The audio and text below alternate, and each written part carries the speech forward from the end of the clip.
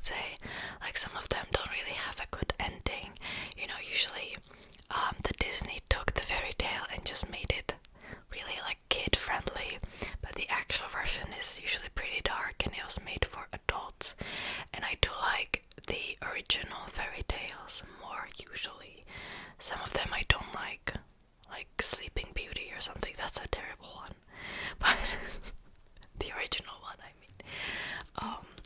Maybe I can do a video about it, like original fairy tales, like what were the Disney movies based on, maybe.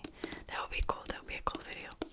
Anyways, so there is, let me see, there are 1, 2, 3, 4, 5, 6 different fairy tales. The last one is really long, and I loved all of them. They are supposed to be from specific countries in a fantasy world, and what I really liked was that how each fairy tale had a different style, basically, so you can kind of tell from which country the fairy tale was from, which was super cool. I was wondering like how Lee Bardugo is gonna do that, and she did it really well. The illustrations are absolutely incredible. So when the story starts, there's only like one illustration right here, and as the story progresses, there's like more and more illustrations on every page until there is a final picture when the story ends, which I absolutely loved. Like, I think that's what really made the book so enjoyable for me as well, because you can kind of see like what was happening like right in front of you, because usually, like in some cases, it kind of was corresponding with each other, like what was happening in the story versus like what was happening in the illustrations. I hope I'm explaining this well. Yeah, I don't know what story was my favorite. Maybe the last one, the longest one. That one like really hit hard. But to be fair, like I loved all of the stories. Truly, I like the first one as well. I don't really want to tell you like what it's about, because I think it's best to not to know like what's gonna happen at all. So yeah, just highly recommend this if you like Lee Bardugo's books and you haven't read Language of Thorns. What are you doing? Seriously. Okay. Okay, now I think I'll just go in like in no particular order, because a lot of the books I've read were kind of like they were kind of like mediocre to me. They were alright, I enjoyed them, but they were like meh. Okay, so I've read Caraval by Stephanie Garber. I was actually really excited for this book, and basically it's about two sisters who go into basically like the Night Circus by Erin Morgenstern, but there's a dark twist to it, and it's also a high fantasy. I thought it was magical realism. It's high fantasy, and to be fair, that didn't make sense to me, because there was like non-existent world building outside the circus, pretty much. Like, to me it seemed like it was magical realism at first, and then the publisher was just like, no, like this is too similar to the Night Circus by Erin Morgenstern. Let's just set it in a fantasy world instead. And I don't know, that I didn't like that much. Now with the plot was okay. I will be reading the second book as an audiobook. I will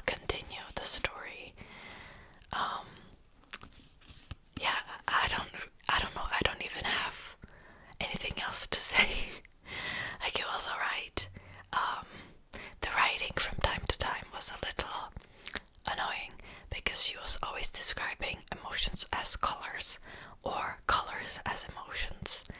And that, I don't know, it seemed a bit weird to me, but it was alright, I guess. Yeah. Also, the love interest, it was just annoying me so much because, like, I guess this is a spoiler. I'm not gonna say anything, but I think I even like wrote a status on Goodreads about it when I first started reading it, because I wrote something like, the main interest, suspicious, obviously is not who he seems, but the main character is just like, but those abs though, you know, it's just like, I find it so annoying when a female character in books just cannot focus on like the obvious actions of the male character because he's hot. Like, come on, we can do better, ladies. Okay, then I've read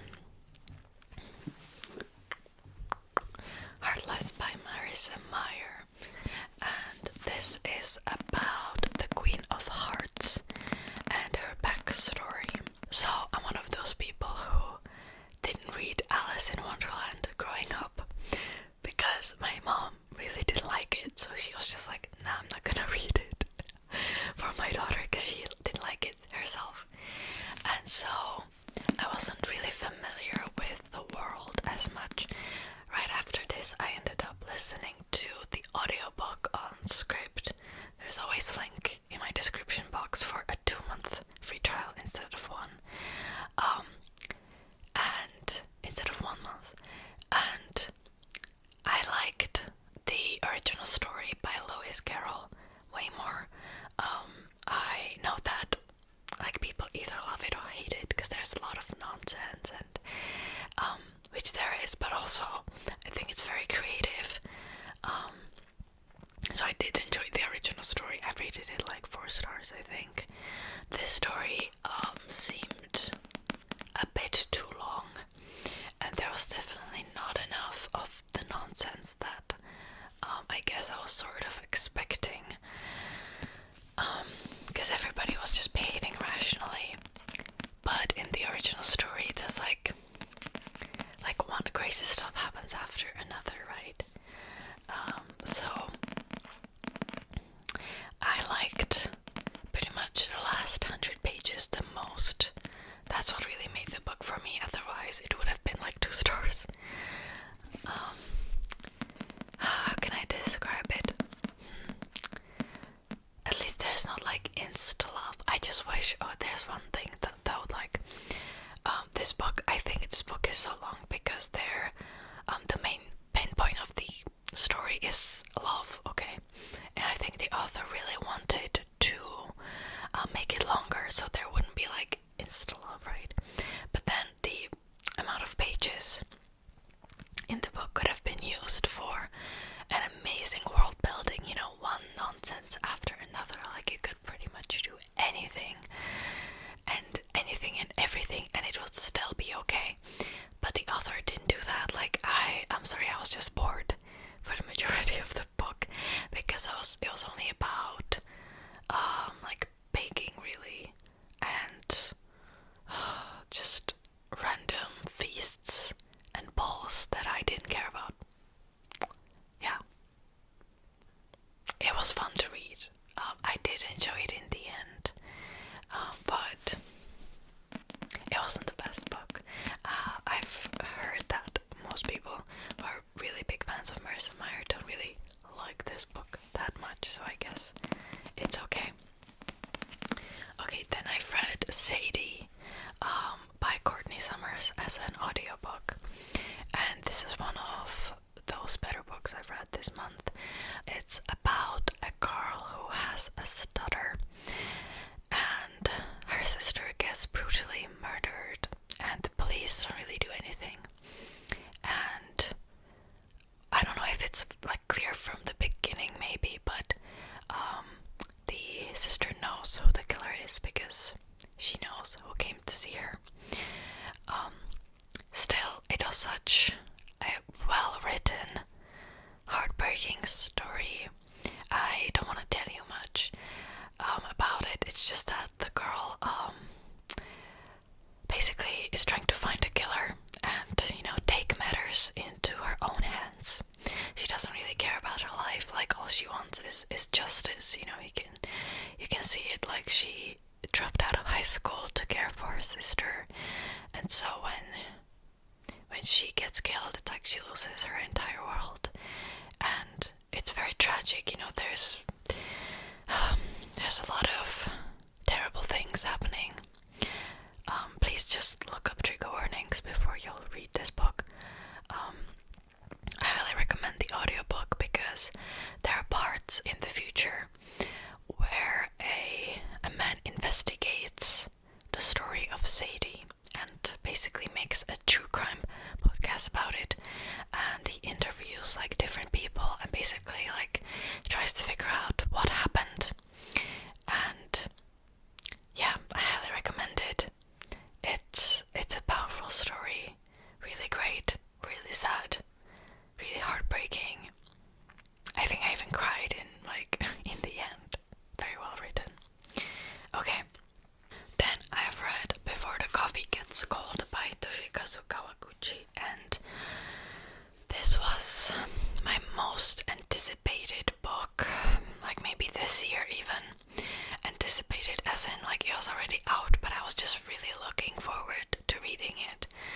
So it's set in Japan. It was written by a Japanese author, and it's about a cafe where you can basically travel to the past. You can also travel to the future, which seemed a bit weird because there are very strict rules about like how can you travel, what can you do. Nothing will change basically, like the present wouldn't change. And then like the last story was about somebody who traveled to the future and just seemed a bit odd, but whatever. And the premise is that you only have a few minutes with the person before the coffee gets cold. Okay, so basically I've heard that it's very heartbreaking, that I will cry like a baby, and I didn't do that. Maybe I am heartless, just like the Queen of Hearts. Kidding. But what if I'm not? Okay. Anyways, I don't know what's wrong with me. Anyways, I didn't like it. I haven't read it yet because I finished it yesterday at night. It's more of like 2 stars for me, maybe 3. I've read some reviews where basically like people are saying that the execution was just didn't do it justice to the amazing premise, and I think I agree. There were also parts that maybe I just didn't understand because this was probably my first book I've ever read by a Japanese author, and like I don't know, how would I explain this? Like sometimes I have troubles with understanding the intention of the author if he's from a different cultural background.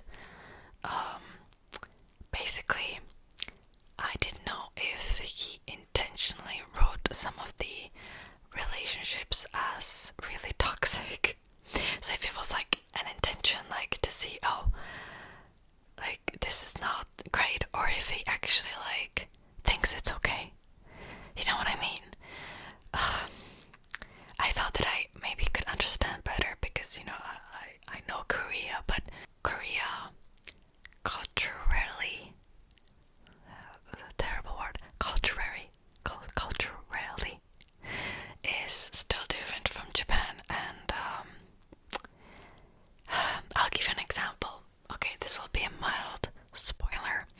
Basically, there is this couple, and the man basically has the Alzheimer's disease, and he forgets who his wife is, and so she decides to go to the past before he like forgets her, right? So before like everything happens, and we learn very early on, because there is a background information about the couple, that like he was always very hostile towards her.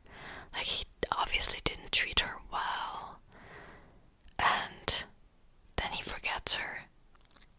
And like, in my twisted mind, it seemed like gaining freedom from the marriage, from the terrible marriage.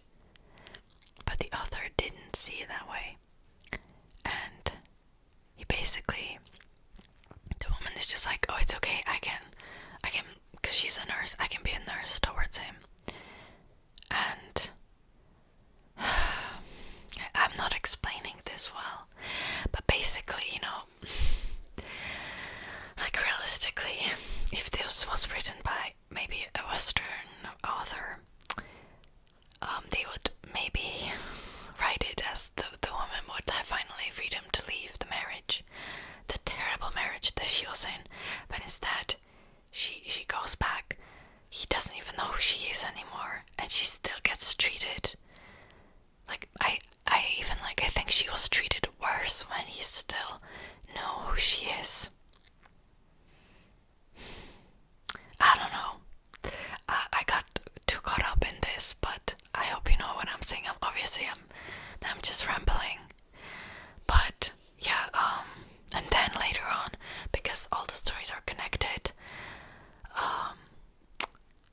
the woman is completely okay with, you know, her husband not recognizing her, as in, like, you would assume that this would be a very heartbreaking thing for her, because she obviously loves him. I don't know if he loved her, but she obviously loves him, and she's just like, it's okay, I can handle it. It was very weird.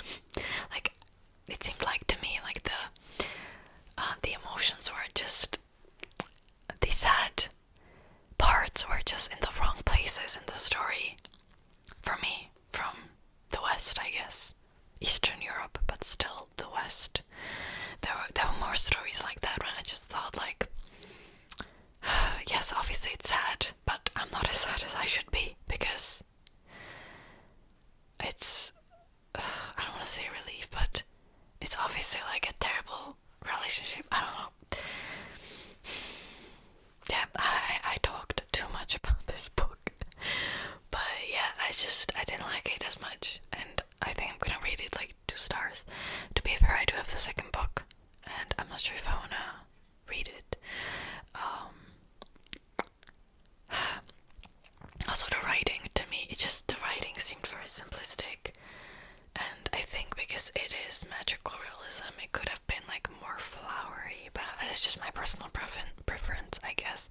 Obviously, people have read this book and they loved it. Like this is just my own personal opinion, and I think I'm talking about this book too much, but that's because I finished it last night, and yeah, there are just things that really annoyed me. The behavior of certain characters just really annoyed me, but yeah. Anyways,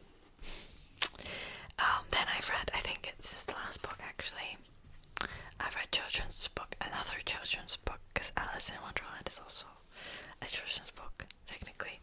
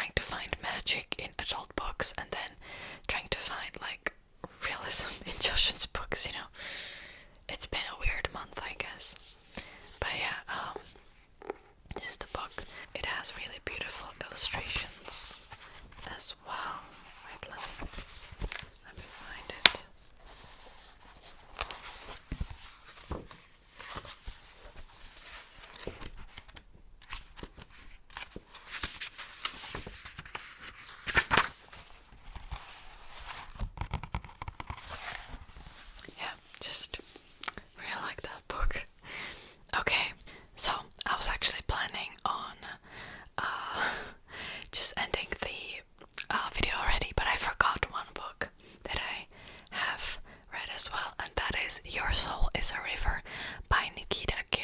I've read this on script as well as an ebook.